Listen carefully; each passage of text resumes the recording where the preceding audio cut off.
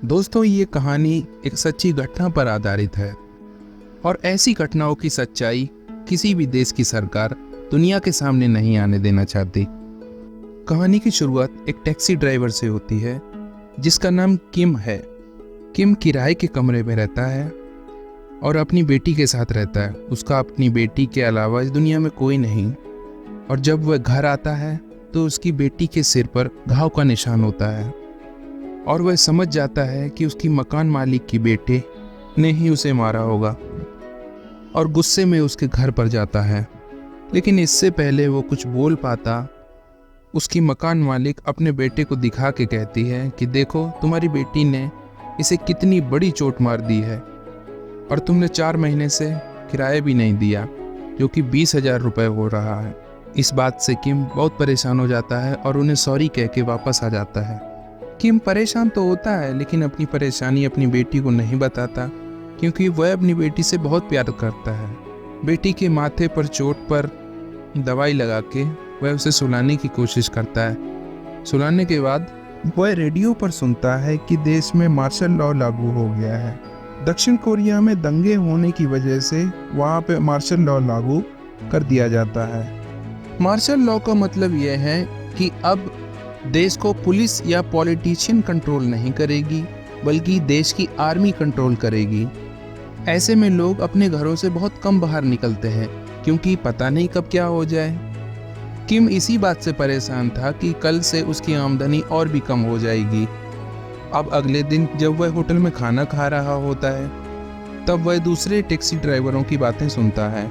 उनमें से एक टैक्सी ड्राइवर बहुत खुश होता है और कहता है कि उसे एक खास सवारी मिली है जिसे शहर के बाहर ले जाना है और फिर अंदर ले आना है, और बदले में उसे 20,000 रुपये मिलेंगे। एक पूछता है कि कौन है। वह कहता है कि एक फॉरेनर है। तो वह पूछता है कि क्या तुम उसकी भाषा जानते हो? तो ड्राइवर कहता है वह एक मिलिट्री कैंप में ही पला बड़ा है, वह उनकी भाषा जानता भी है और उन्हें समझा भी सकता है। बस मुझे खाना खाना है और तुरंत ही थिएटर जाऊंगा और सवारी को रिसीव करूंगा। किम सोचता है अगर उसे यह सवारी मिल जाती है तो उसके 4 महीने के किराए की व्यवस्था आसानी से हो सकती है। और जल्दी जल्दी खुशी खुशी बगैर किसी को बताए वह थिएटर की तरफ चल देता है अपनी गाड़ी लेके। वहां पहुंचने पर वह तुरंत फॉरेनर को पहचान लेता है, क्योंकि वहां अकेला ही वह एक फॉरेनर होता है जिसका नाम पीटर होता है। वैसे तो पीटर एक जर्मन था, लेकिन रिपोर्टर की हैसियत से वह कई सालों से जापान में काम कर रहा होता है और जापान में उसे पता चलता है कि साउथ कोरिया में स्टूडेंट्स ने सरकार के खिलाफ मोर्चा निकाला है। इसी रिपोर्ट को कवर करने के लिए वह साउथ कोरिया आता है, क्योंकि उसे यह भी पता चलता है कि इस खबर को खास कर सरकार पूरी दुनिया से छुपाना चाहती है। पीटर के साथ साउथ कोरिया का भी एक रिपोर्टर होता है, जो यह उसे बताता है कि जो खबर उसे चाहिए वह खबर उसे गोंगचू शहर में मिलेगी। साउथ कोरिया का रिपोर्टर किम से कहता है कि उसने प्राइवेट टैक्सी मंगाई थी और उसकी टैक्सी प्राइवेट नहीं है। इस पर किंग कहता है कि सारी प्राइवेट टैक्सियां बिजी हैं। पीटर कहता है कि उसे इंग्लिश आती है। इस पर किम टूटी फूटी इंग्लिश बोलकर टैक्सी में बैठा लेता है और ले चलता है। अगले ही पल वह टैक्सी वाला आता है जिसे सच में बुक किया गया था, लेकिन अब बहुत देर हो चुकी है, क्योंकि किम पैसेंजर को लेके उड़ चला होता है। किम कहता है कि वह पहले सऊदी अरब में टैक्सी चलाया करता था और वहां से पैसा इकट्ठा करने के बाद उसने साउथ कोरिया में ले ली टैक्सी।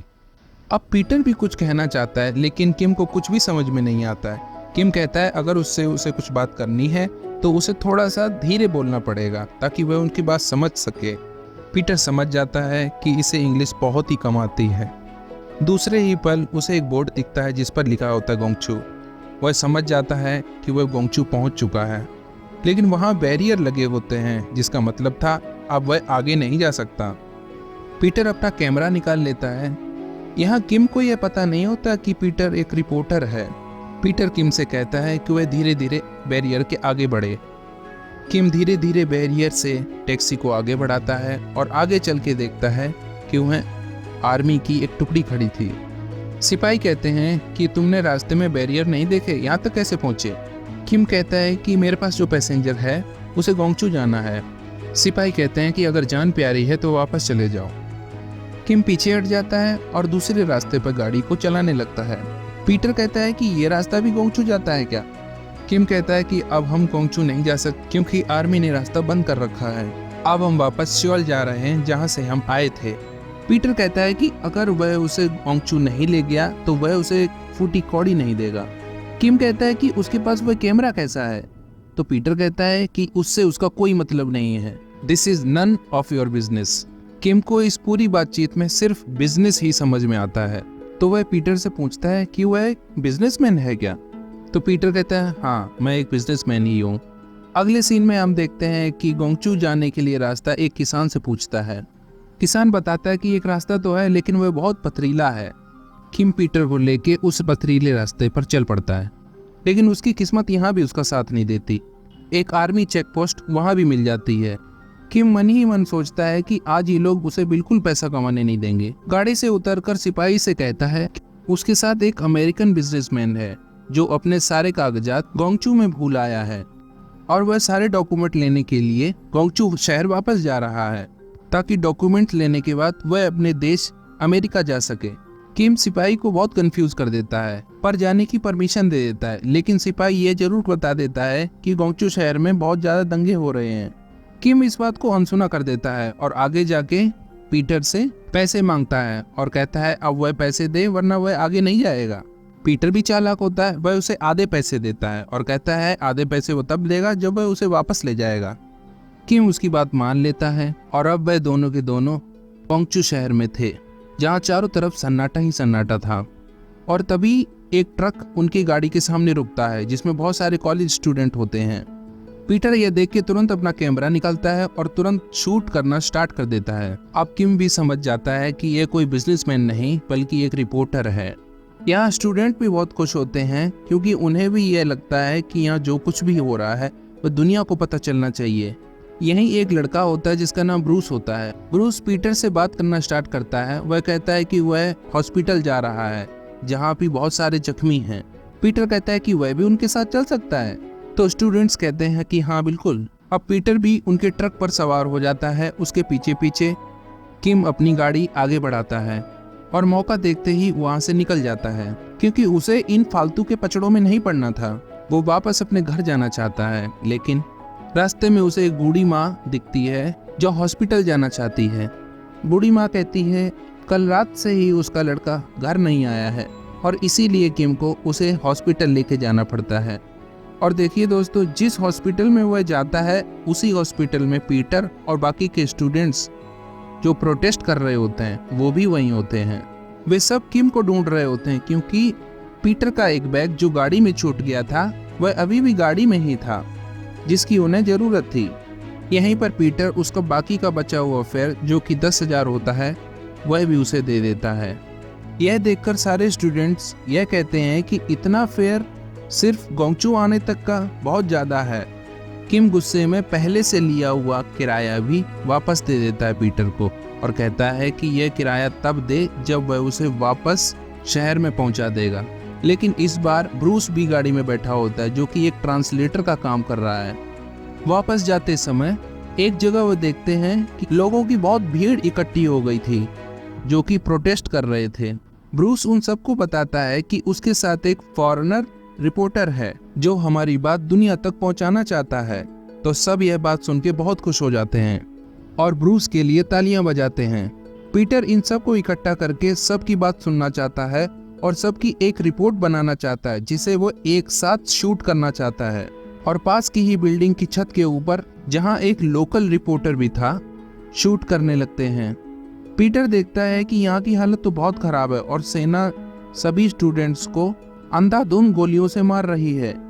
किम भी यह देख के बहुत परेशान होता है। सरकार जनता को झूठ बोल रही है, बल्कि वो तो ये कह रही है कि स्टूडेंट ही अपने प्रोटेस्ट के नाम पे आर्मी को बदनाम कर रहे हैं और हाथापाई कर रहे हैं। ये सब अपनी आंखों के सामने देख किम की आंखें खुल जाती हैं।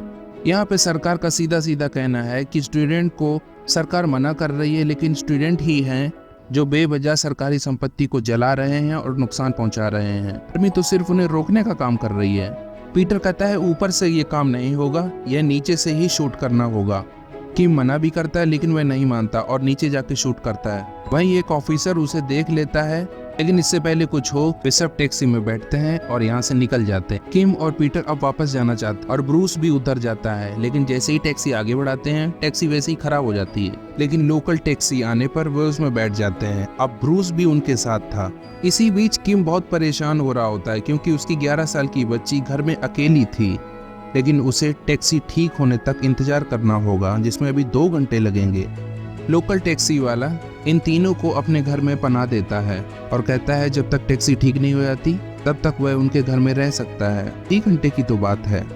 इतने में एक बहुत तेज धमाका होता है। यहाँ के लोकल लोगों ने टीवी स्टेशन को उड़ा दिया होता है, और उड़ाए भी क्यों ना, टीवी न्यूज पर दिखाई और सुनाई जाने वाली सारी न्यूज झूठी होती हैं।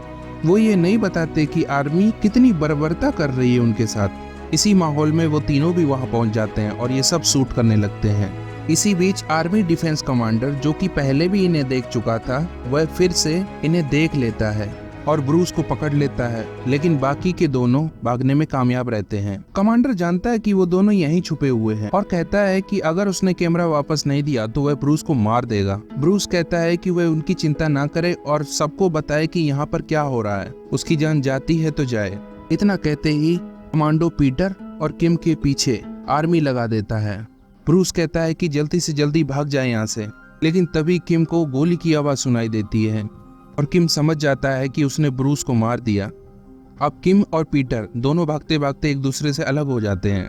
यहीं अगले सीन में हमें दिखाया जाता है कि किम को ऑफिसर पकड़ लेता है और बेदर्दी से मारता है, लेकिन इसी बीच पीटर उसके सर पर हमला करता है जिसके कारण कमांडो गिर जाता है और इसी बीच उसे मौका मिल जाता है कि वह किम को यहाँ से ले जाए। दोनों जान बचाकर भाग निकलते हैं और ये दोनों वापस वहीं आ जाते हैं जो कि लोकल टैक्सी ड्राइवर का घर था।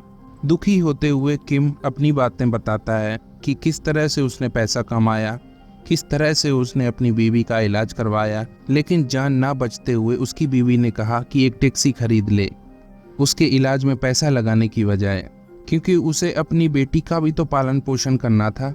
उसकी बीवी ये सब सोचते हुए कहती है और मर जाती है और अब सिर्फ उसकी बेटी ही बची थी जो कि उसकी दुनिया है। और अगली सुबह जब वह जल्दी निकल रहा होता है तो लोकल टैक्सी ड्राइवर उसे गोंगचू की नंबर प्लेट देता है ताकि उसे कोई पहचान न सके, क्योंकि उसे कोरियन आर्मी ढूंढ रही होती है। और अब जब वह निकल रहा होता है तब उसे एहसास होता है कि जिस तरह से मेरे पीछे कोरियन आर्मी लगी है उसी तरह से पीटर के पीछे भी कोरियन आर्मी लगी होगी और उसे पीटर को भी बचाना चाहिए। यह सब सोचते हुए तुरंत वह अपनी गाड़ी घुमा लेता है और तुरंत घर पहुंच जाता है, लेकिन पीटर वहां नहीं होता। उसे बताया जाता है कि वह हॉस्पिटल में है और किम भी हॉस्पिटल पहुंच जाता है। हॉस्पिटल पहुंच के इतने घायलों को वो देखता है, ये घायल वही थे जो आर्मी की गोलियों के लगने के कारण हुए थे। वह सोचता है आर्मी अपने ही लोगों को मार रही है। वहीं एक कोने में पीटर को देखता है, वह भी सदमे में था। पीटर सोच रहा था कि दुनिया में इंसानियत तो खत्म ही हो चुकी समझो। किम कहता है इन बातों से कुछ नहीं होगा, अब तुम्हें वो काम करना है जिसके लिए तुम यहाँ आए थे और पूरी दुनिया को यह बता दो कि यहाँ क्या हो रहा है, कैसा नरसंहार चल रहा है यहाँ पे। आर्मी वाले अभी भी बेरहमी से लोकल लोगों को मार रहे होते हैं। अस्पताल के बाद जितने भी जख्मी और घायल पड़े हैं, अगर उन्हें कोई उठाने की कोशिश करता है और अंदर ले जाने की कोशिश करता है तो आर्मी वाले उनको गोलियों से भून देते थे। किम कहता है कि गाड़ियों का बैरियर बना दे अस्पताल के किनारे किनारे ताकि उनकी आड़ में घायलों को उठाया जा सके और अंदर ले जाया जा सके। घायलों को सुरक्षित करने के बाद ये दोनों वापस अपनी टैक्सी में बैठ जाते हैं और वापस जाने लगते हैं अपने घर की ओर। लेकिन शहर से निकलने के लिए तो इन्हें चेक पोस्ट क्रॉस करना पड़ेगा और चेक पोस्ट पर पहुंचते ही उनकी गाड़ी की तलाशी होती है और डिग्गी में सियोल की नंबर प्लेट देखकर भी सिपाही उन्हें जाने की परमिशन दे देता है। असल में सिपाही भी जानता है कि यहाँ पर कितनी बर्बरता हो रही है लोगों के साथ और वह टैक्सी लेके आगे बढ़ जाता है। चेक पोस्ट पर मैसेज आता है कि किसी भी फॉरेनर को आगे न जाने दिया जाए, लेकिन इससे पहले सिपाही उस गाड़ी को रोकता वो आगे बढ़ चुके थे और आगे जाके बहुत सी आर्मी की गाड़ियां इनकी टैक्सी को घेर लेती हैं। वह इन्हें मार देना चाहते हैं, लेकिन किस्मत से लोकल टैक्सी ड्राइवर्स उनकी मदद करते हैं, उनकी रक्षा करते हैं। फाइनली ये दोनों सियोल सही सलामत पहुंच जाते हैं और एयरपोर्ट के पास खड़े होकर रिकॉर्डेड फुटेज थी वे सब कुकीज के डब्बे में छुपा देते हैं और पीटर किम से कहता है कि वह अपना एड्रेस और फ़ोन नंबर इसमें लिख दे, ताकि जापान पहुंचकर यह सब टेलीकास्ट करवा के वापस जब आए तो दोबारा उससे मिल सके, क्योंकि अभी उसे उसकी गाड़ी की मरम्मत भी तो करवानी है। जापान जाने वाली सबसे पहली फ्लाइट की बुकिंग करवाता है और दोबारा उससे विदा लेता है।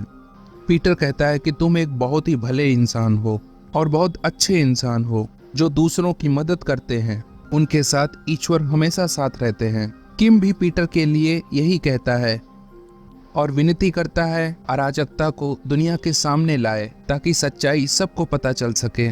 और हाँ, वो ये भी कहता है कि अगली बार जब भी आओ तो कोरियन भाषा सीख के आना। पीटर के मुस्कान आ गई थी चेहरे पे और वह फ्लाइट की तरफ बढ़ने लगता है।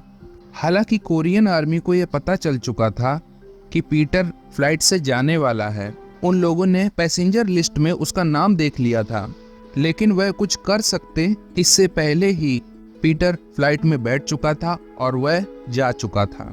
पीटर को सही सलामत छोड़ने के बाद किम अपने घर आ जाता है, अपनी बेटी के पास, जहां उसकी बेटी उसका इंतजार कर रही होती है और वो अपनी बेटी को अपने गले से लगा लेता है।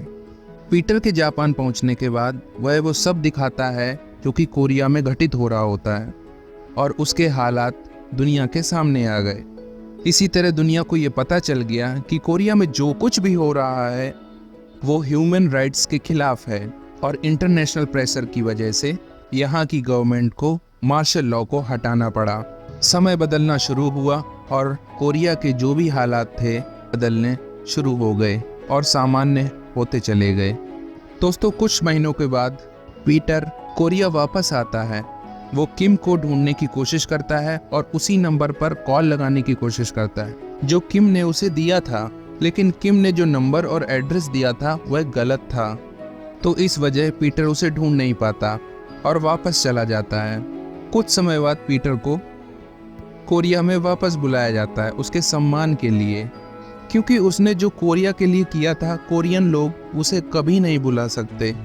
कोरिया के अतीत की जो सच्चाई दुनिया के सामने पीटर ने जो रखी है वह काबिल तारीफ है।